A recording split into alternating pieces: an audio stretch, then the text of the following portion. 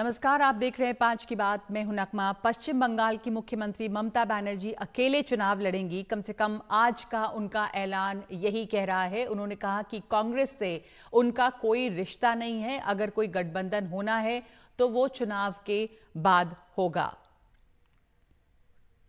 কারোর সাথে আমার কোনো কথা হয়নি এবং আমি প্রথম থেকে প্রত্যাখ্যান করেছি। তখন থেকে আমাদের দল সিদ্ধান্ত নিয়েছে আমরা বাংলায় একা চলব। ইভেন ওরা যে আজ থেকে র্যালি করেছে আমাদের একবার অ্যাজ এ ম্যাটার অফ কার্সি আমি ইন্ডিয়ার অ্যালায়েন্স আমাকে একবার জানিয়েছে দিদি আপনার রাজ্যে যাচ্ছি না, জানাইনি। সুতরাং আমার সাথে কোনো সম্পর্ক নেই বাংলার ব্যাপারে।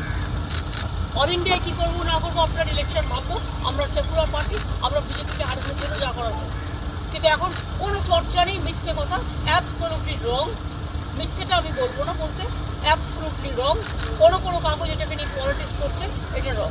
আর একটা কথা বলে দেয়, কাজল চেপকে নিয়ে অনেকে পলিটিক্স করেছে। ও তো জেলা পরিষদের সভাধিপতি আছে, আর ওকেও দুটো দায়িত্ব দেওয়া আছে, নাটুনকে দুটো। এত মিথ্যে কথা আপনারা কেন বলবেন, কেন লিখবেন? ममता बनर्जी का बयान ऐसे वक्त पर आया है जब कांग्रेस की अलायंस कमेटी की बैठक हुई।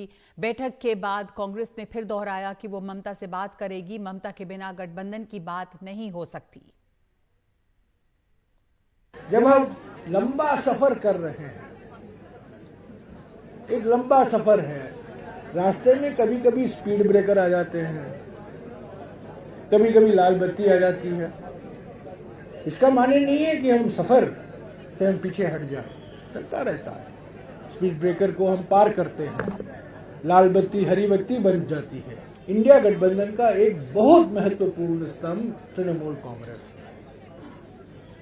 हम ममता जी के बिना इंडिया गठबंधन की कल्पना नहीं कर सकते और हमें पूरा उम्मीद है कि जो बातचीत चल रही है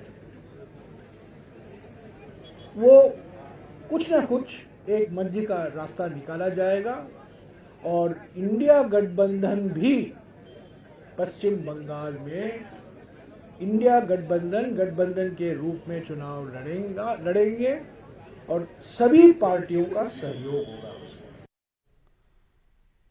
लेकिन इसके तत्काल बाद बीजेपी सहित दूसरे दलों की प्रतिक्रियाएं भी आने लगी हैं। ये तो होना ही था ना, ये तो होना ही था, इसमें कोई आशा तो है नहीं। उन्होंने तोड़ा या तोड़ने की बात करी, बाकी लोग कह रहे हैं। जब स्वार्थ का गठबंधन बनता है, जब अपॉर्चुनिस्टिक अवसरवाद का गठबंधन बनता है, जिसका ना कोई नेता है, ना कोई नीति है, ना कोई नीयत है और कोई वैकेंसी भी नहीं है, कांग्रेस का वजूद नहीं बचा है। कांग्रेस के पास वोट नहीं बचा, ऐठ वही है, पीएम हमारा ही आदमी बनेगा। तो क्षेत्रीय दल ये सवाल उठाते हैं और सही उठाते हैं कि आपका मार्केट वैल्यू क्या है। हो सकता है वो बयान एक विशेष परिस्थिति में दिया गया हो, उस पर कार्रवाई होगी, उस पर चर्चा होगी और अगर कहीं कुछ अंतर्विरोध है तो उसको रिजॉल्व करने का नाम भी तो गठबंधन होता है ना। तो क्या ये रिजॉल्व अब हो पाएगा? माना जा रहा है कि कल ही कांग्रेस नेता अधीर रंजन चौधरी ने जो बयान दिया, ममता बनर्जी उससे नाराज हैं। अधीर रंजन ने ममता को अवसरवादी बताया था। ममता बनर्जी की दया से हम लोग नहीं चुनाव लड़ेंगे और लड़ने के नहीं चाहते। कांग्रेस पार्टी अपनी ताकत पर चुनाव लड़ना जानते हैं। जो 2 सीटें हमारा कब्जे में है वो बीजेपी पार्टी और ममता बनर्जी को हरा के हम लोग कब्जे में लाए हैं। ममता बनर्जी की दया दूरज पे कांग्रेस पार्टी अपना राजनीति नहीं करते। कांग्रेस पार्टी की दया से और मदद से 2011 साल में ममता बनर्जी खुद सत्य पे आई थी। ये बात मान के चलिए, ममता बनर्जी एक अवसरवादी नेत्री की नाम है। संभव है कांग्रेस देर सवेर ममता की नाराजगी दूर करे, क्योंकि गठबंधन की जरूरत और उपयोगिता ममता भी समझती हैं। ममता ही वो नेता हैं जिन्होंने इंडिया गठबंधन के लिए जमीन तैयार करने में एक अहम भूमिका अदा की। लेकिन असल में गठबंधन में कांग्रेस की जगह का सवाल सबके लिए कांटे का सवाल बना हुआ है। कांग्रेस सबसे बड़ा दल होने के नाते सबसे बड़ी दावेदार होने की कोशिश में है। 5 राज्यों में विधानसभा चुनाव तक उसने सीटों के तालमेल पर बातचीत टाली। बंगाल में ममता कांग्रेस को 2 सीटें देने की बात करती रही हैं, जबकि कांग्रेस बंगाल में 5 से ज्यादा सीटों का दावा कर रही है। गठबंधन में भी ममता ने खड़गे को आगे कर राहुल के लिए दुविधा पैदा की है। दरअसल जो भी तालमेल होना है उसमें पार्टियों का पिछला प्रदर्शन भी बड़ा आधार बनेगा। साल 2019 में बंगाल की 42 सीटों में 22 तृणमूल ने जीती थी, 18 सीटें बीजेपी को मिली थी और कांग्रेस सिर्फ 2 सीटों पर सिमटी थी। इसी आधार पर ममता कांग्रेस को वही 2 सीटें देने की बात कर रही हैं। संभव है ममता का ताज़ा रुख कांग्रेस पर दबाव बनाने की भी कोशिश हो। अब इस ममता बनर्जी का जो आज का बयान या अधीर रंजन चौधरी का जो पहले का बयान है वो इस गठबंधन में या ममता और कांग्रेस के बीच में भी क्या टकराव खड़े कर रहा है। हमारे साथ जुड़ रही हैं मोनिदीपा बनर्जी, वरिष्ठ पत्रकार कोलकाता से जुड़ रही हैं, और रशीद किदवई, राजनीतिक विश्लेषक। मोनिदीपा, आप इतने दिनों से टीएमसी की राजनीति को फॉलो भी कर रही है। ममता बनर्जी ने जो अभी फैसला लिया है, अधीर रंजन का जो बयान था उसमें कितना बड़ा रोल इसका है, जो वो कह रहे हैं कि कांग्रेस की दया से ममता आई सत्ता में 2011 में, फिर वो कहते हैं कि अवसरवादी नेत्री हैं ममता बनर्जी के पास इसके बाद क्या कोई विकल्प बचा था? जी, अधीर रंजन और ममता बनर्जी का जो कहानी है वो तो बड़ा लंबा चौड़ा और पुराना है। पर अभी अभी आज जो ममता बनर्जी ने कहा वो शायद she is reaching the end of her tether, क्योंकि एक तो सीट को लेके बातचीत क्या हो रही है इंडिया के अंदर ये तो हमें दिख नहीं रहा है। पर जो हम जानते हैं वो है कि कांग्रेस का जो एक कमिटी था जिसका डिसीजन था कि तृणमूल के साथ बातचीत हो, कितने सीट्स शेयर कर सकेंगे, वो कमिटी से तृणमूल मिलने से मना ही कर दिया। तृणमूल का एक ही ऑफर है and that is 2 seats for the Congress, जो वो जीते हैं। दैट्स इट, नो मोर। और कांग्रेस हमें सूत्र कहते हैं वो चाह रहे हैं कि एटलीस्ट 8 से 10 सीट पर वो कॉन्टेस्ट करे, ज्यादातर नॉर्थ बंगाल में, जहां पे अब बीजेपी का एमपी अभी भी बना हुआ है। सो कांग्रेस को लगता है और एटलीस्ट अधीर चौधरी को लगता होगा कि this is a reasonable demand, लेकिन ममता बनर्जी इस पर एकदम अड़ी हुई है और ये नया कुछ नहीं है, बहुत दिन से ये बात है। सो अधीर रंजन चौधरी और ममता का तो एक टेंशन है ही। उसके ऊपर जो हमें लेटेस्ट जो ट्रिगर लग रहा है वो है राहुल गांधी का न्याय यात्रा का पश्चिम बंगाल में आना। ममता बनर्जी कह रही हैं, ये जो साउंड बाइट आपने प्ले किया उसमें कह रही हैं कि वो न्याय यात्रा पश्चिम बंगाल में आएगा, लेकिन हमें इस बारे में कोई बताया ही नहीं। वैसे भी बातें चल रही थी कि टीएमसी को कांग्रेस इनवाइट करेगी कि वो न्याय यात्रा में जुड़े। ये Nyay Yatra is going to travel through 6 और 7 नॉर्थ बंगाल डिस्ट्रिक्ट्स। साउथ की तरफ तो आएंगे ही नहीं, नॉर्थ बंगाल वो कल कूच बिहार से शायद एंट्री करेंगे। So the plan was, I believe from Congress sources, कि टीएमसी को इनवाइट करे कि ये न्याय यात्रा से उनके भी पार्टी वर्कर्स जुड़े। साथ साथ उन्होंने शायद कांग्रेस ने सीपीएम से भी बात की। सीपीएम ने कहा तृणमूल आएगा तो हम नहीं आएंगे, ये तो चल ही रहा था। और अब जब खबरें आई कि राहुल गांधी एंट्री कर रहे हैं कल पश्चिम बंगाल में, ममता बनर्जी का गुस्सा कि उन्हें बताया क्यों नहीं गया इस बारे में। अब रियली बताया नहीं गया या there is a communication gap, ये तो देखना पड़ेगा। और अब ऑप्टिमिस्टिकली जैसे जयराम रमेश कह रहे थे, it's all open for discussion and negotiation, but Mamata Banerjee at the मैं मोमेंट यही इज इन आपसे नो समझना मूड चाह टू रही डू थी सो। आगे कि क्या अभी भी कोई नेगोशिएशन की गुंजाइश बचती है? ममता बनर्जी ने जिस तरह का ऐलान किया, लेकिन जयराम रमेश कहते हैं लंबा रास्ता है, उसमें स्पीड ब्रेकर्स हैं, उसमें रेड लाइट्स हैं, पर वो लाल पत्तियां हरी हो जाएंगी और हम स्पीड ब्रेकर पार कर लेंगे। सब जो बातें वो कह रहे हैं, हालांकि उनके अपने ही खेमे में अलग अलग तरह की आवाजें भी आती हैं कांग्रेस की तरफ से। दूसरे ये न्याय यात्रा जो पहुंच रही है, अब इस पर भी किस तरह का एक राहुल गांधी के लिए एक मुश्किल सी होगी। आने के ठीक पहले ममता बनर्जी का ये बयान, तो फिर बंगाल में जो उनका प्लान था उस पर भी कुछ इस यात्रा पे भी असर पड़ सकता है। आप मुझसे पूछ रही हैं? नहीं, मोनिदीपा ओह सॉरी, ओके। जी। देखिए, ऑल राइट, मुझे लग रहा है at this point of time कि अभी भी नेगोशिएशन की जगह है। ममता बनर्जी को भी इंडिया की ज़रूरत है। She needs India just as much as India needs her. तो शायद अगर डिस्कशंस हो सकती हैं, कुछ सम सोल्यूशन में कम आउट। शी में ऑल्सो यूज ये जो राहुल गांधी का यात्रा को लेके ममता बनर्जी इतने गुस्से में है, दैट में also be a negotiation tactic कि कांग्रेस के ऊपर और भी दबाव बनाए कि 2 से ज्यादा सीट ना मांगे कांग्रेस। लेकिन जी। ममता बनर्जी, ये पिछले बार भी कभी कभी हुआ है कि कांग्रेस के साथ सीट एडजस्टमेंट के बात करते करते ब्रेक डाउन हो गया है। जी 2021 हाँ। में भी अल्टीमेटली कांग्रेस और लेफ्ट ने एक साथ इलेक्शन लड़ा, not with the Trinamool Congress. So the possibility, अगर आप मुझे पूछे, of a negotiation is does exist, okay. लेकिन ठीक वो है थोड़ा स्लिम जी। पॉसिबिलिटी है। जी, थोड़ी मुश्किल लग रही है, लेकिन हो सकता है कि गुंजाइश तो है और बातचीत हो सकती है। रशीद, कांग्रेस के जो अलायंसेस हैं उसमें आपने देखा कि अब सिर्फ ममता बनर्जी का ऐलान ही नहीं, बल्कि आम आदमी पार्टी की तरफ से भगवंत मान ने भी पंजाब में बात कह दी, और एक तरफ जैसे दूसरे पार्टी के लोग, रविशंकर प्रसाद को हमने सुना कहते हैं कि कांग्रेस का वजूद बचा नहीं, लेकिन अकड़ और ऐंठ नहीं गई। तो ये कांग्रेस को एक के बाद एक झटके, उसके जो अलायंसेस के प्रॉस्पेक्ट्स हैं और इस समय जो ममता बनर्जी का बयान है, वो क्या, कैसे देखे लोग, कांग्रेस पार्टी को किस तरह का इससे नुकसान पहुंचता दिखता है? नंबर देखिए, अगर आप शतरंज की बाजी में फंसे हुए हैं तो कई बार ऐसा होता है कि प्यादे को सैक्रिफाइस करना पड़ता है। अगर आपको बिसात पे जीतना है, शहमात का खेल खेलना है, तो प्यादे को हटाना पड़ता है। और यहीं पर अधीर रंजन चौधरी को ममता बिल्कुल चाहेंगी कि कांग्रेस जो है उसके ऊपर कोई एक्शन ले, कुछ ऐसा करे। और दूसरा, ये जो गांधी परिवार है, इसको भी ममता चाहती है कि थोड़ा वो झुकता हुआ नजर आए। उनके उनके बड़े पारिवारिक संबंध रहे हैं, लेकिन अब ममता बनर्जी अपने आप को बड़े लीडर के रूप में दिखाती है। तो जयराम जी। रमेश की और जो भी जबानी जमा हाँ। खर्च है उसका ज्यादा असर नहीं होने वाला। और कांग्रेस को इसमें झुकना पड़ेगा अगर अलायंस की बात हो, क्योंकि ममता को ये भी पता है कि मल्लिकार्जुन खड़गे जो कांग्रेस के अध्यक्ष है, उनकी ज्यादा हैसियत नहीं है। और जो सीताराम येचुरी है, या जो लेफ्ट, पूरे लेफ्ट पार्टीज का जो है, राहुल गांधी की सियासत के ऊपर बहुत असर है, भारत जोड़ो यात्रा पे भी असर है।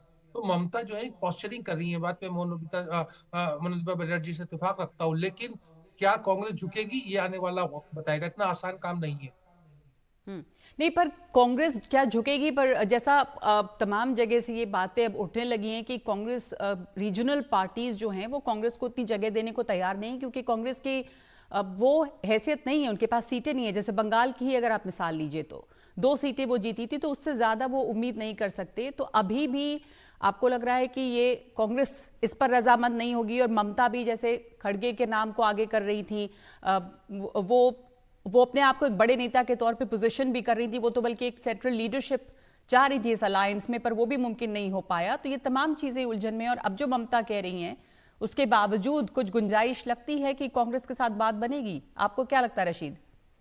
जी देखिए, जब हम कांग्रेस की बात करते हैं तो जैसा आपने कहा, ममता बनर्जी मल्लिकार्जुन खड़गे से खुश है और उनकी बात के ऊपर वो बहुत कुछ एडजस्ट भी करना चाहती हैं। लेकिन मल्लिकार्जुन खड़गे जो है वो राहुल गांधी नहीं है। ममता की सारी शिकायत जो है और तकलीफ वो राहुल गांधी है, और किसी हद तक सोनिया गांधी भी है। वो उनको चाहती है कि वो एक पब्लिक, एक अपना एक जेस्चर दिखाए, जिससे वो अपने आप को ममता बनर्जी के सामने थोड़ा सा नरम रवैया अपनाते हुए दिखाए। ये क्या होगा, ये हमें अगले 48 घंटे में पता चलेगा। और अगर ये नहीं हुआ तो ये अलायंस टूट जाएगा। और ममता और नगमा, एक और बात बहुत अहम है यहाँ पर, जो समाजवादी पार्टी और आम आदमी पार्टी, इनका और ममता बनर्जी, ये तीनों जो है एक समूह है, एक पैक्ट है इनका, और ये तीनों रहेंगे या जाएंगे। तो ये यहाँ पर करो या मरो वाली सिचुएशन है। इंडिया अलायंस का एक तरीके से खात्मा हो जाएगा अगर ममता बनर्जी उस अलायंस से निकलती है। और राहुल गांधी की न्याय यात्रा बंगाल में पहुंचने वाली है। ऐसे में ममता बनर्जी का बयान राहुल गांधी की न्याय यात्रा के लिए एक लॉस ऑफ फेस भी वहां पे, अगर टीएमसी उनके साथ नहीं जुड़ती, उनकी शिकायत है कि उन्हें कुछ बताया ही नहीं गया कि यात्रा यहां आ रही है। राहुल गांधी देखिए बिल्कुल अपनी राह पे चले हुए। जो जयराम रमेश कह रहे थे, वो राहुल गांधी और उनके करीबी लोग तो ये भी कहते हैं कि अरे 24 में अब कुछ नहीं रखा, 29 की देखेंगे। अब ये सियासत में ही ऐसी चीजें नहीं चलती हैं कि आप यात्रा करते रहे और 5 साल बाद, क्योंकि यहाँ तो जैसा मैंने कहा करोड़ मरे का माहौल है। तो पॉलिटिकली राहुल गांधी जब तक पॉलिटिकल वो नहीं करेंगे, शतरंज नहीं खेलेंगे, तब तक उनका कुछ नहीं भला होगा। और यही बात है कि कांग्रेस के अंदर और कांग्रेस के बाहर राहुल गांधी के काम करने के तरीके से ना उनके सहयोगी, ना उनकी पार्टी के जी लोग उनके साथ हैं।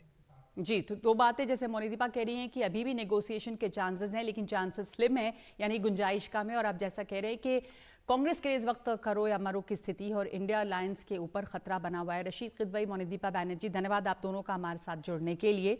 ये एक सिर्फ बंगाल की ही बात नहीं है, दूसरी तरफ से भी इस अलायंस को झटका लग रहा है। लोकसभा चुनाव से पहले विपक्षी इंडिया गठबंधन जो बिखरता दिख रहा है। ममता बनर्जी के बाद पंजाब के मुख्यमंत्री भगवंत मान ने भी पंजाब की सभी 13 लोकसभा सीटों पर अकेले लड़ने का ऐलान किया है।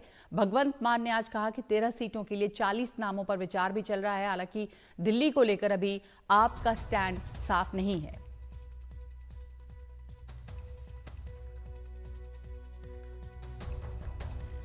देश में पंजाब बनेगा हीरो। 2024 में लोकसभा चुनाव में आम आदमी पार्टी के पक्ष में 13-0।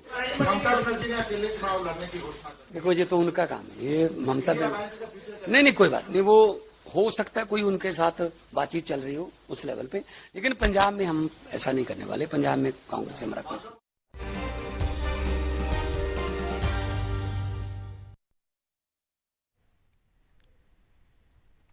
बिहार के दिग्गज समाजवादी नेता कर्पूरी ठाकुर को भारत रत्न देने का ऐलान किया गया है। आज कर्पूरी ठाकुर का जन्मदिन है और उनकी जन्मशती है। कर्पूरी ठाकुर उन नेताओं में रहे जिन्होंने भारत की आज़ादी की लड़ाई में हिस्सा लिया। 1942 में भारत छोड़ो आंदोलन में वो शामिल रहे। बिहार में समाजवादी पिछड़ा नेतृत्व के उभार में उनकी अहम भूमिका रही। 70 के दशक में वो बिहार के उप मुख्यमंत्री बने। 1977 में जयप्रकाश नारायण की संपूर्ण क्रांति के बाद बिहार में भी सत्ता बदली और वो जनता पार्टी सरकार के मुख्यमंत्री बनाए गए। उन्होंने सामाजिक, आर्थिक और भाषिक बराबरी से जुड़ी लड़ाइयों के कई मोर्चे खोले। वो उन नेताओं में रहे जिनकी प्रशासनिक क्षमता का लोहा सब मानते थे। कर्पूरी ठाकुर की ईमानदारी पर भी कभी सवाल नहीं उठे। लोहिया और जयप्रकाश की वैचारिक विरासत को उन्होंने आगे बढ़ाया था। बेशक उनको भारत रत्न देकर बीजेपी ने एक नया दांव चला है, जिसमें बिहार के पिछड़ा वोटों में सेंधमारी की कोशिश भी शामिल है। इसको लेकर कई तरह के कयास भी शुरू हो गए हैं, लेकिन इसमें संदेह नहीं कि ये एक बड़ा फैसला है।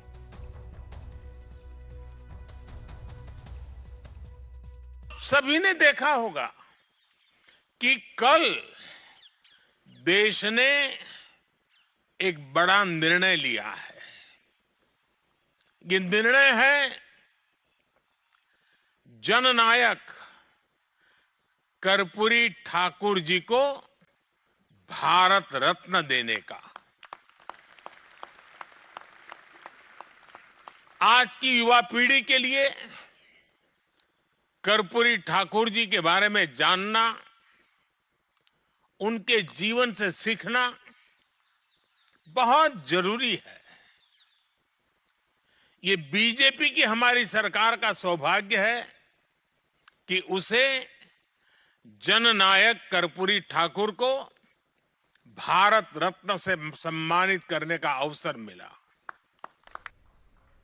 और आज बिहार में कर्पूरी ठाकुर की 100वीं जयंती पर भव्य कार्यक्रम हुआ। मुख्यमंत्री नीतीश कुमार ने इस दौरान कर्पूरी ठाकुर को भारत रत्न मिलने पर अपनी बात रखी और कहा कि काफी समय से मांग कर रहा था। केंद्र सरकार और प्रधानमंत्री को धन्यवाद देता हूं।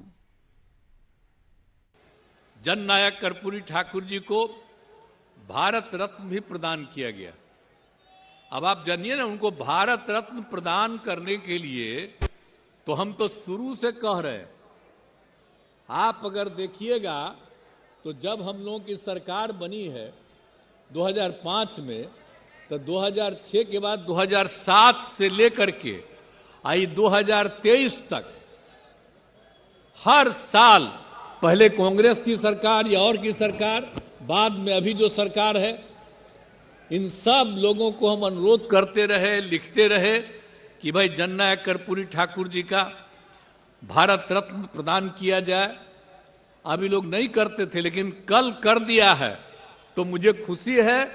मैं इसके लिए केंद्र सरकार को और प्रधानमंत्री जी को भी मैं बधाई देता हूं कि उन्होंने स्वीकार कर लिया।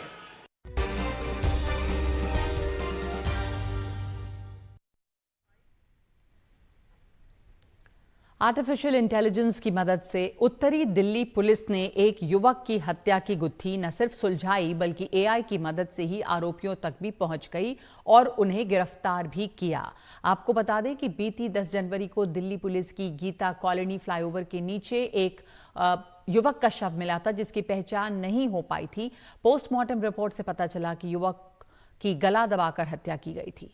उसके बाद पुलिस ने एआई की मदद से शव की आंखें खुली रखकर उसके पोस्टर्स दिल्ली के अलग अलग इलाकों में जारी किए, जिसके बाद पुलिस के पास मृतक के छोटे भाई का कॉल आया और उसने शव की पहचान हितेंद्र के रूप में की। आगे की छानबीन में पुलिस ने यह पता लगा लिया कि हितेंद्र का 3 युवकों के साथ झगड़ा हुआ था और इन्हीं तीनों ने हितेंद्र की गला दबाकर हत्या की, जिसमें एक महिला ने भी साथ दिया। पुलिस ने सभी आरोपियों को अब गिरफ्तार कर लिया है। आर्टिफिशियल इंटेलिजेंस यानी एआई तकनीक में कुछ खामियां हैं तो कई अच्छाइयां भी। दिल्ली पुलिस ने हाल ही में हत्या के एक ऐसे मामले को एआई तकनीक से सॉल्व किया जिसमें शव की पहचान कर पाना भी मुश्किल था। दरअसल 10 जनवरी की सुबह दिल्ली पुलिस को एक पीसीआर कॉल मिली जिसमें कहा गया कि गीता कॉलोनी फ्लाईओवर के नीचे एक युवक का शव पड़ा हुआ है। इसके बाद दिल्ली पुलिस मौके पर पहुंची तो पाया कि वहां पर एक युवक का शव पड़ा हुआ था, लेकिन आसपास ऐसी कोई चीज नहीं थी जिससे कि शव की पहचान हो पाती।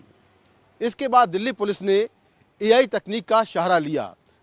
अब हम आपको 2 तस्वीरें दिखाते हैं। एक वो तस्वीर है जो शव की असली तस्वीर है जिसमें जो मृतक है उसकी आंखें बंद हैं और पीछे यमुना का बैकग्राउंड है। अब दिल्ली पुलिस ने एआई तकनीक के जरिए जो शव है, जो शव की तस्वीर थी उसका पूरा बैकग्राउंड था वो चेंज किया और उसके पीछे अलग अलग बैकग्राउंड लगाए।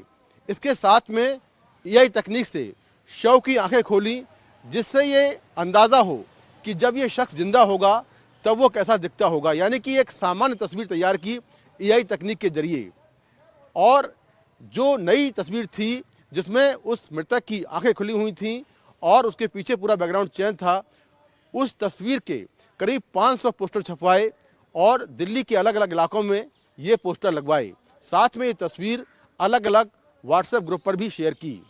इसके बाद दिल्ली के छावड़ा इलाके में ऐसे ही पोस्टर को देखकर हितेंद्र नाम के एक शख्स ने दिल्ली पुलिस को फ़ोन किया और कहा कि जो मृतक है वो उसका बड़ा भाई था।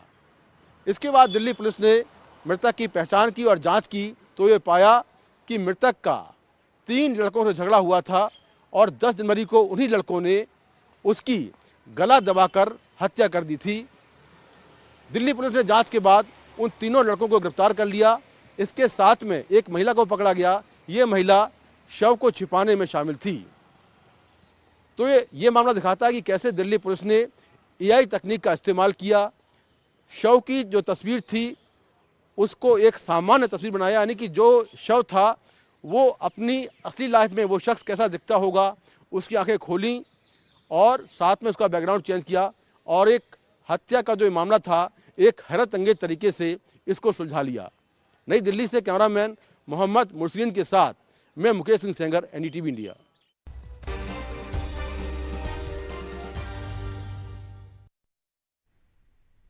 वाराणसी के ज्ञानवापी केस में जिला जज की अदालत ने एएसआई सर्वे की रिपोर्ट सभी पक्षकारों को देने का फैसला दिया है। एएसआई ने 18 दिसंबर को सीलबंद लिफाफे में अपनी रिपोर्ट दी थी। दोनों पक्षों को सुना और दोनों पक्षों को सुनने के बाद ये सहमति बनी है कि आर्कियोलॉजिकल सर्वे ऑफ इंडिया की रिपोर्ट दोनों पक्षों को उपलब्ध कराई जाएगी, उसकी हार्ड कॉपी उपलब्ध कराई जाएगी। और साथ ही साथ जहां तक कंडीशन लगाने की बात थी उसका मैंने विरोध किया कि कोई कंडीशन नहीं लगाई जा सकती है और कोर्ट अभी उस पर अपना आदेश पारित करेगी। एएसआई लगातार ये कह रही थी कि जो ईमेल के जरिए इसको दिया जाए ताकि किसी तरह का साइबर अटैक या नहीं, एएसआई ईमेल के जरिए देने का विरोध कर रही थी तो हमने कहा ठीक है, हमें हार्ड कॉपी दे दी जाए, तो हार्ड कॉपी कोर्ट प्रोवाइड करने का आदेश करेगी। दोनों पक्षों में सहमति बन गई है।